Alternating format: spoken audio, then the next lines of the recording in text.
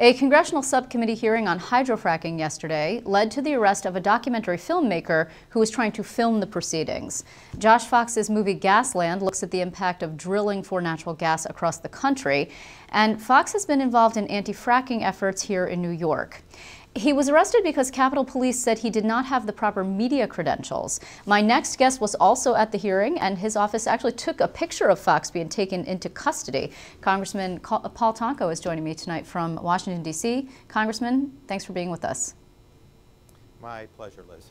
So did you take this photo actually, or how did that work? No, I was at the committee room at the desk for the members, waiting for the hearing to start, and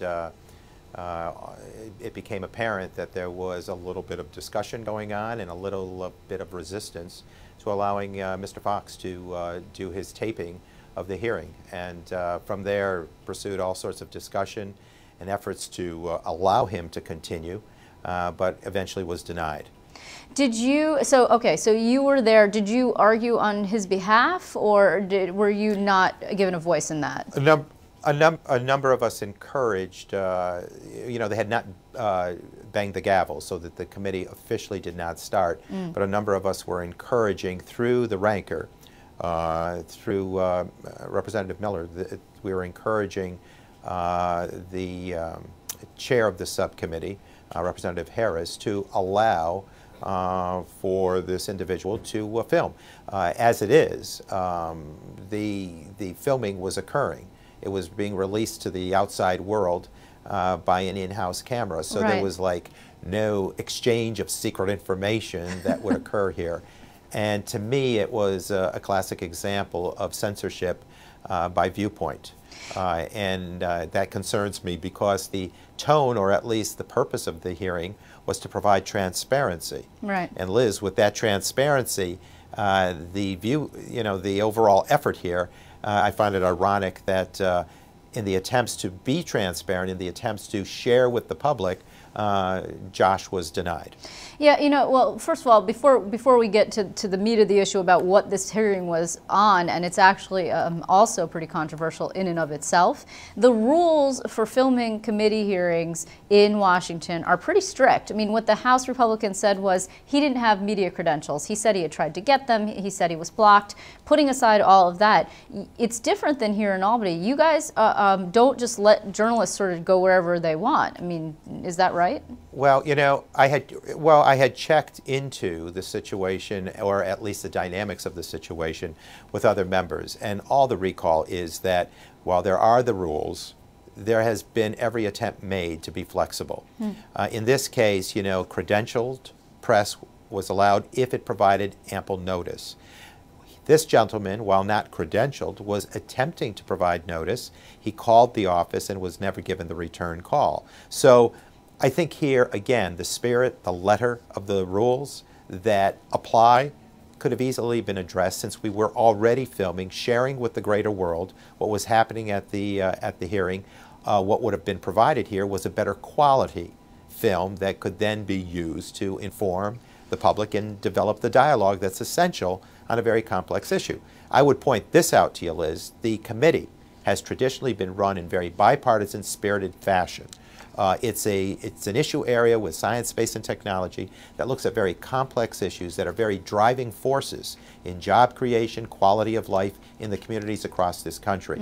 And so it's important to have it run by physics, not politics, and I thought it was a sad moment for the committee, on which I've served for over 3 years, to have this sort of outcome where there was this denial of access to information that should be shared so that we can develop the community discussion on very complicated, complex issues that reign supreme in whether we go forward or backward. Okay, the topic of the hearing was on the EPA's draft findings on groundwater contamination near hydrofracking wells in Pavilion. Is that correct?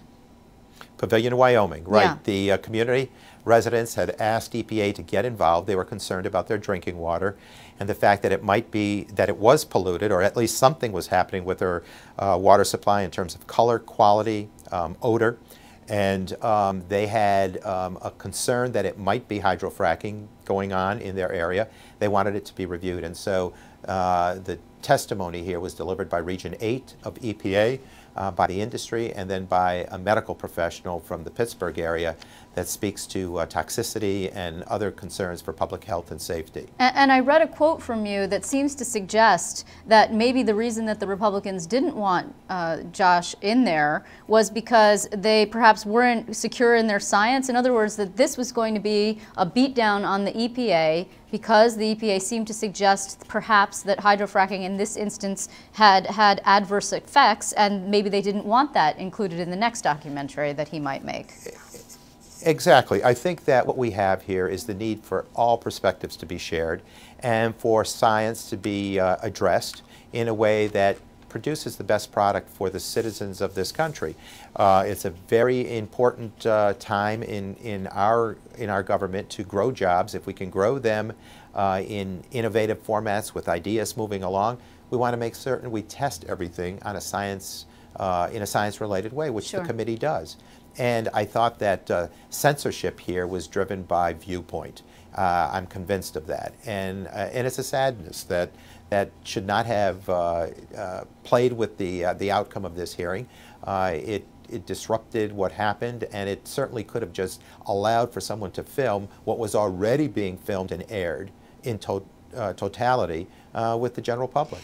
You know, it's totally switching gears, but although there is sort of a thread here, which is to say politics dominating policy and the formation of policy, we of course have a situation in Albany where your fellow Democrats locally here have cried foul over the redistricting process. Now, the next chapter of the redistricting battle is going to be the redrawing of congressional lines. Are you concerned, given what's happened here with Lat 4's drawing of Senate and Assembly lines and gerrymandering them in a partisan way, that you guys will be in trouble because you have to lose 2 House seats? Right. Well, you know, everyone has certain concerns about the redistricting process. My overall guideline here that I would share with anyone that's working on the lines is that there be common factors, commonality that clusters the communities into individual congressional districts.